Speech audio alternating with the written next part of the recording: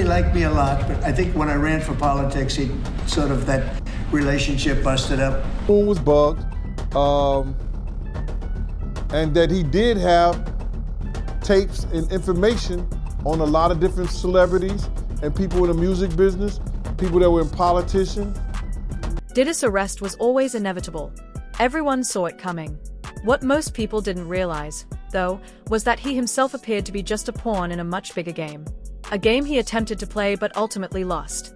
You see, he set his sights on some very big names, athletes, preachers, celebrities, and even, allegedly, the President of the United States. Diddy for 6 years trained me to have to be perfect. Working for Diddy. Absolutely. I love Diddy. You know, he's a good friend of mine. He's a good guy. He expects... Is he a good guy? I don't want to answer that question. Oh, well, I think he's a good guy. I'm going to stick up for him. Now to Sean Diddy Combs' investigation. New surveillance video shows Combs being taken into custody in a Manhattan hotel last week. Where does it all stem from? The truth is, the evidence has always been right in front of us. All it took was putting the pieces together. So when this happened, when the raid went down, everybody thought Diddy was running. Everybody thought he was gonna go to a country that doesn't extradite, and they were kind of comparing it to like Russell Simmons. How Russell Simmons went to a country too. Right. What'd you think? Well, I think that he wasn't gonna go nowhere. They knew where he was at. They got your phones tapped. They're gonna stop your flights or whatever. They knew exactly where he was at. I don't think that when they have a warrant, a search warrant for a residence, is not for a body. If they had one for a body, they would have brought it in. Now, if they would have went there and they found guns, drugs, and Diddy was there, they would have brought him in. You know what I'm saying? They would have brought him in, like they brought his sons in. And then they want to know, well, why are these unlicensed guns in the house? Who drugs do these belong to? All those things like that. But a lot of people probably believe that, you know, they just want to know, and the government want to know what things those people were doing on those tapes and who was doing shit on those tapes. Because I heard they found like 250 cameras or something like that. That's what they say. They said they found a lot of cameras. Right. There's a lot of rumors about him recording some of these parties, and he's using a lot of this stuff for blackmail, like a lot of celebrities, even as far as politicians. You know, I think even Little Rod said that Diddy had every room taped and bugged. Right. Well, in his affidavit, his deposition that he gave to the courts, he said every room was bugged, and that he did have tapes and information on a lot of different celebrities and people in the music business, people that were in politicians, and like I said, in other platforms, people that was in the ministry, allegedly. Oh, that's crazy. Yeah. Now, if the feds got their hands on these tapes, you could very well see like a domino effect of coming down on everybody. It depends on what's on the tapes. A former bodyguard of Diddy has stepped forward with striking allegations about what truly happened at the music mogul's parties. According to him, Diddy possessed compromising tapes of politicians, princes, and even preachers who were present. Around a Diddy and another male, they say the other male is an A-list celebrity. I would wonder if he's white or black. And if I'm looking at any black guys that are A-listers that's bigger than Diddy, is only one that I could come up with. And there's a few I could come up with. Will Smith, he's bigger than Diddy. I would think Nick Cannon is bigger than Diddy. Who else on the black, that are black actors or black in the business that's an A-lister that's bigger than Diddy, that's black. That's hard to think. But then if you got the A-listers, you know, you got to realize he ran with that black, that Rat Pack. And I don't want to even say their names because they said I got their names wrong last time. What's his name? Kushner? What's the other guy? Leonardo? Yeah, his name. Man, I don't keep up with these cats. But I heard that that's not only the tape that's being shot. There's some other tapes out there, other people too with him. And him doing some things with some other people. So it's quite a few tapes that might be out there, what they're hearing. And I don't want to see the tapes, but I want to know if they really true. Because if they got some tapes out there and it's with some underage, whether it's celebrities or not, it's gonna be crazy, bro. It's gonna be real crazy. Hey, everybody know ain't no party like a Diddy party, so. Yeah, that's what's up. Yeah. In an interview with The Art of Dialogue on YouTube, Gandil disclosed just how far Diddy's alleged actions may have reached. Deal went on to explain. You feel like they might be worried that they might be on tape at one of Diddy parties doing something they wasn't supposed to be doing. I think that the celebrities that may be worried is because what Lil Rob said. Lil Rob said in his affidavit that Diddy had every room taped and bugged. Diddy had, can you imagine? He had every room taped and bugged, and they found little bugs or little tape recorders. Those micro projectors or whatever like that, or video cameras. They found them in the house, bro. So by them having those things in the house, and people know there's drugs, there's alcohol, there's loose women, there's loose men, woman on woman, man on man. They just wondering who or when they're gonna let this stuff be known, if it's on videotape. No, they gotta be shook, man, after finding out he was recording everything. But not only celebrities, I don't think it's only celebrities gonna be shook. He had politicians in there. He had princes in there. He also had a couple of preachers in there. You personally, you think they got tapes? Well, my personal opinion that if Lil Rob could be trusted and his statements are true, they got him. When questioned about why Diddy's media team has stayed so silent regarding the accusations, Deal suggested that either they were involved in some of the incidents themselves, or they feared it could damage their brand. The first explanation has since been confirmed as true. Look, this man is one of the most powerful, one of the most influential, so it meant a lot to me to actually have the opportunity to work with somebody of that magnitude. We had a laundry list of items that needed to be with us at all times. You know, we'd have the marijuana joints on us, we would have the mushrooms on us. We had a kind of a Diddy pack is what they would call it, and we would keep a satchel on us, and that's what we would have in that satchel. Always on call, Phil witnessed many things he now wishes he hadn't. He says he worked on the periphery of Diddy's now infamous parties known as freak-offs, although he knew them by another name. They were referred to me as Wild King Nights.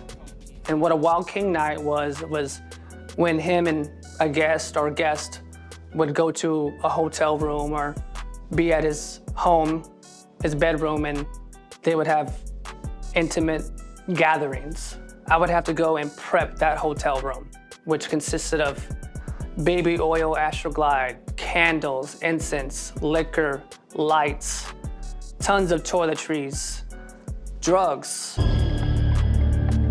Phil wasn't in the room for the parties, but he didn't have to be.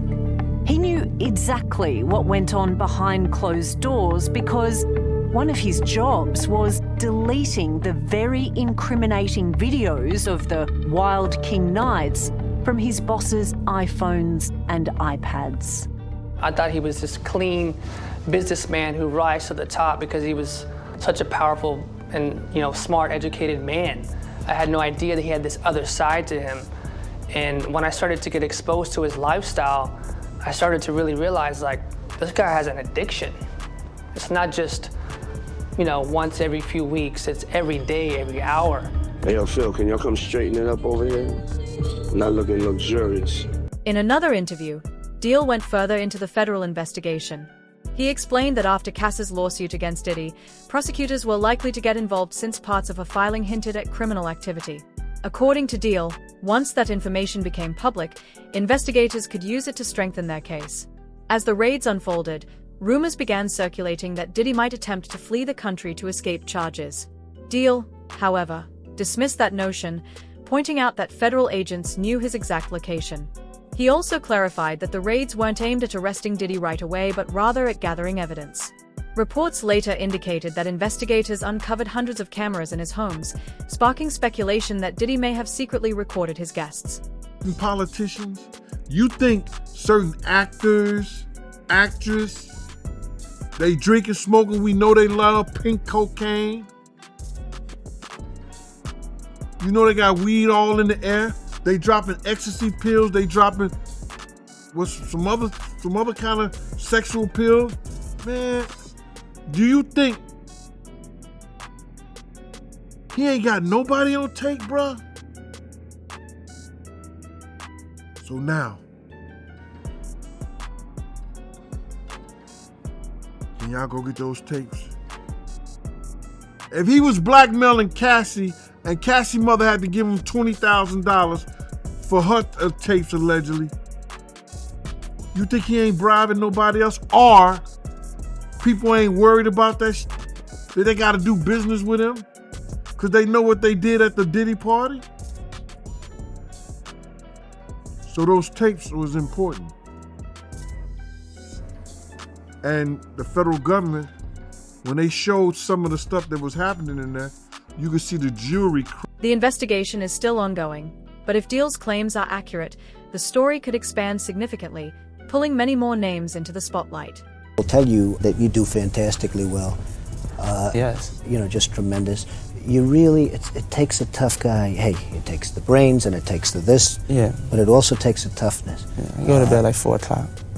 Well, I really like it. Right now, much of the conversation centers on whether Donald Trump has a hand in keeping Diddy behind bars. Some speculate that Trump may be withholding any support because of remarks Diddy made about him years ago. It wasn't always this way. At one time, Trump and Diddy were spotted at the same parties, openly calling each other friends. But once Trump stepped into politics, their relationship shifted. In a 2017 interview, Diddy said he didn't care about Trump. Then in 2020, he went even further, declaring that white men like Trump should be banished and calling Trump's removal from office his top priority. Diddy, we're not standing by no more getting killed. We're not scared of anybody standing up and standing by. We're on the verge of a race war. White men like Trump need to be banished. That way of thinking is real dangerous. When you look at it, we don't have no choice. You know what I'm saying? You can say what you want about Biden. I can't say I love to pick either, but hey, we got to get... Those past remarks are now resurfacing. In a recent Newsmax interview, Trump said he believes Diddy is sort of half innocent following his federal conviction in July. However, he admitted that granting a pardon would be harder because of the things Diddy had previously said about him. Trump explained, "When I ran for office, he was very hostile. It makes it more difficult to do. This has fueled speculation."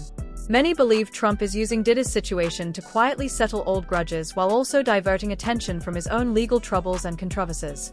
After all, Trump has a record of pardoning allies and supporters, sometimes even using pardons as a way to push back against the justice system.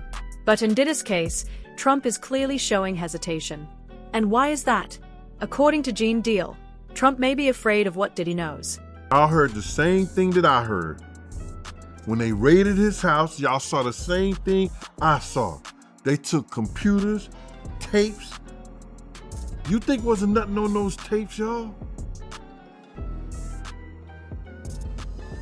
You think they didn't log those tapes? Why did they, hold up. Yo, I just caught a jewel. They used the tape that Cassie sent them, that Cassie had. They used the tape that Cassie had that they showed to the jurors. Why do you think they didn't use the tape that they got from Diddy house? Because that would have them had to log that in. It would have been public record. And at one given time, when it's a public record out of this trial, you could go see it. You could go get those tapes, copies of those tapes, because it's public record. It would have been public record, bro. It's a dirty game out here, man. It's a real dirty game. They are protecting somebody. Why did Damian Wim, the first prosecutor, he trying to put it off on Trump? Oh, Mr. Trump is coming into office, so I'm gonna leave before he get here. Right after he did the Diddy, right after he did the Diddy raid, right after they got the tapes and everything, he retired. Great job. Probably got $1 million house and all that shit somewhere.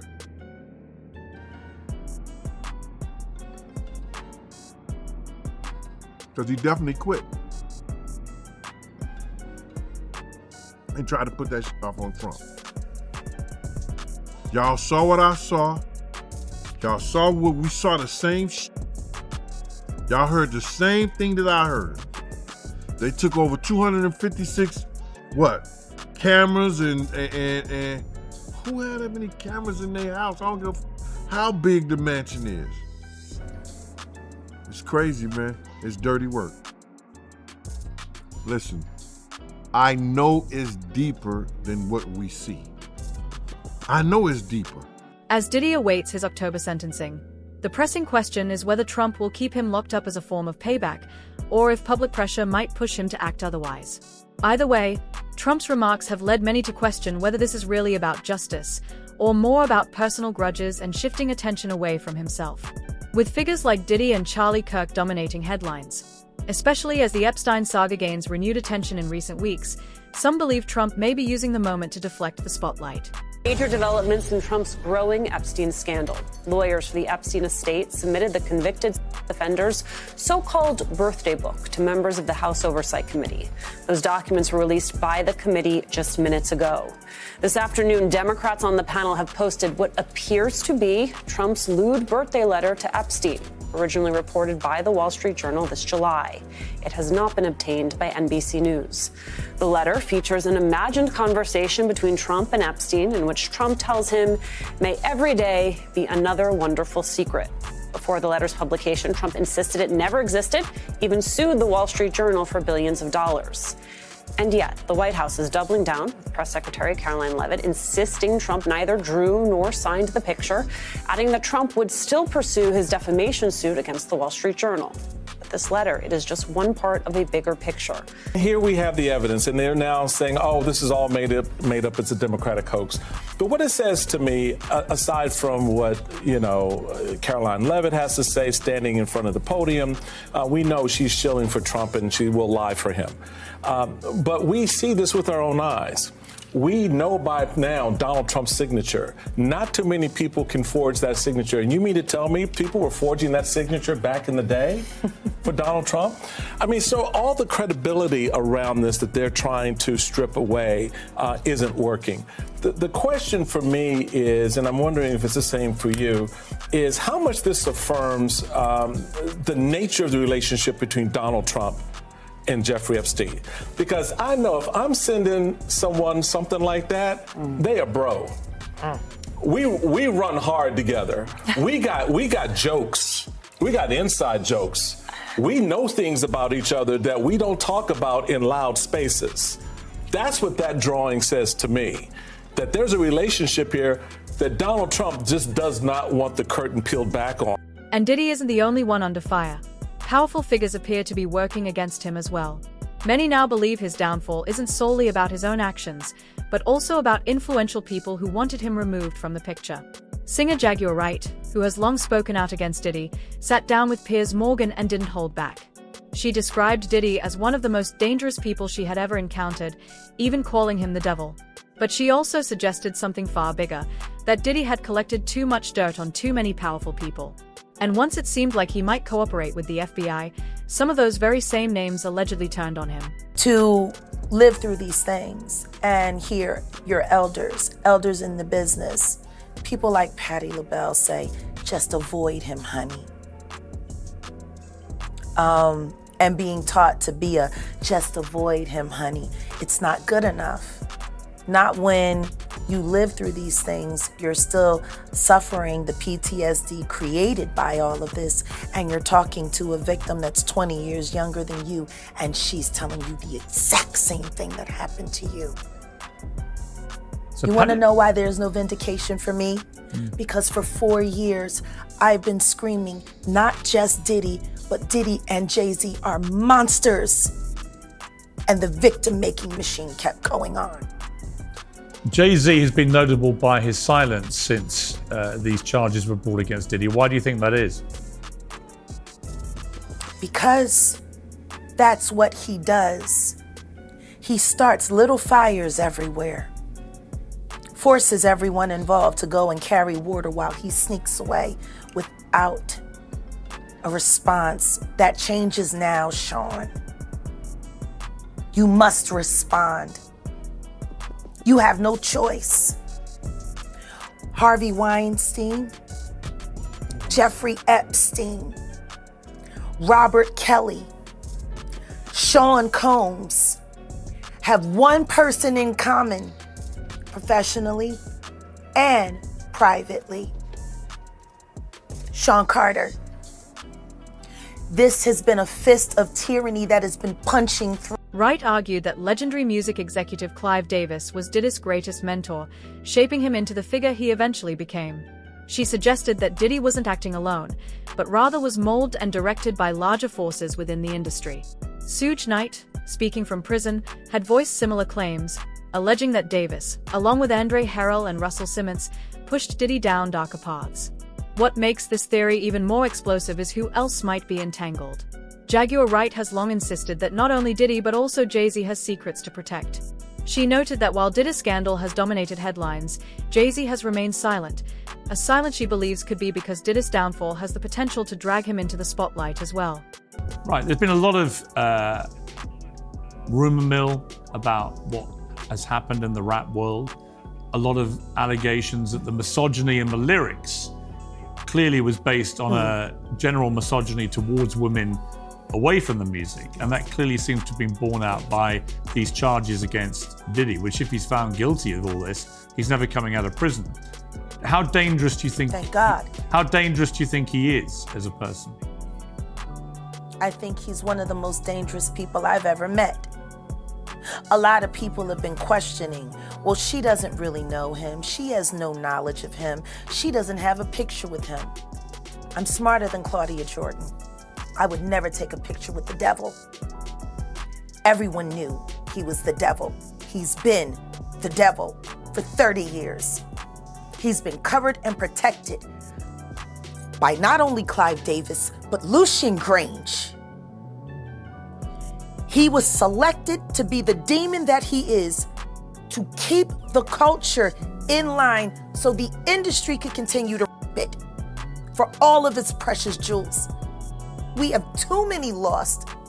The list of lost is ridiculous, and everyone knows Diddy was selected for this job.